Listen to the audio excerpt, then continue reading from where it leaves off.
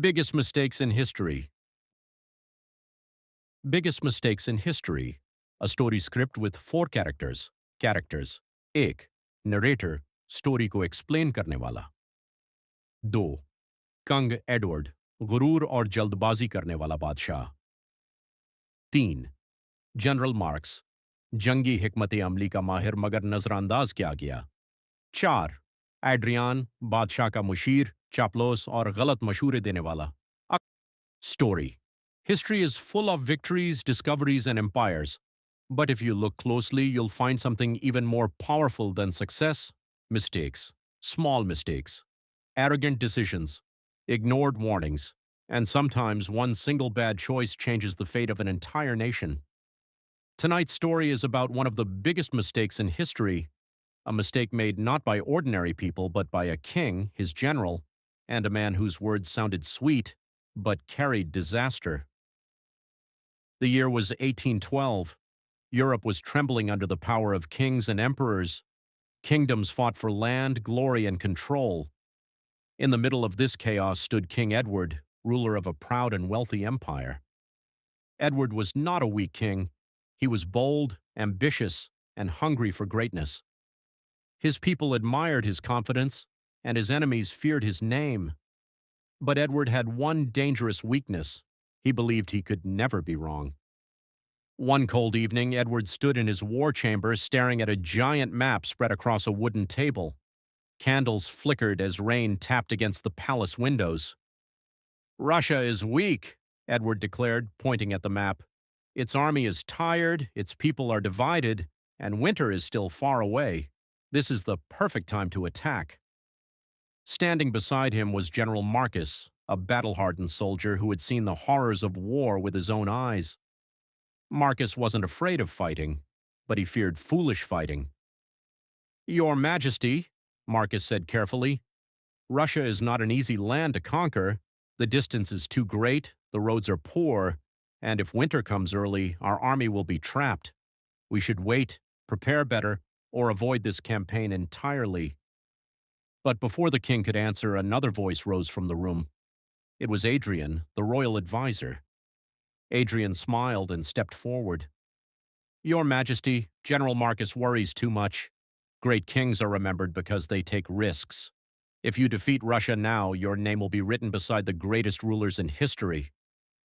Edward's eyes lit up. That was exactly what he wanted. Not safety, not patience, but immortality. Marcus tried again. "This isn't fear, Your Majesty, it's strategy. An army cannot survive on pride alone. Supply lines will break, food will run short. If the Russians retreat and burn their own land behind them, we will have nothing left to take."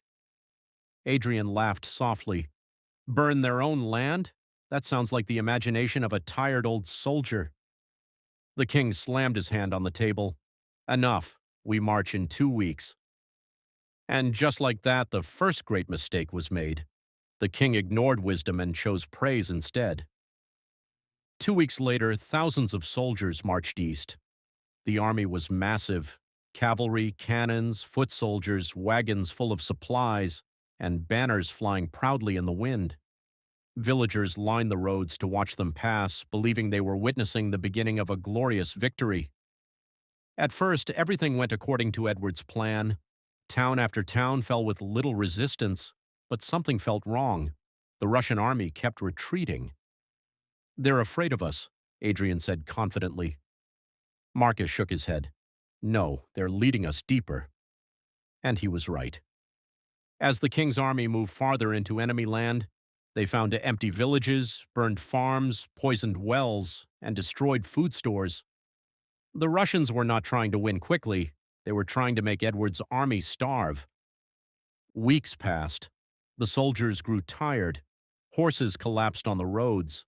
Food became scarce. Men began fighting each other over bread. Marcus went to the king again.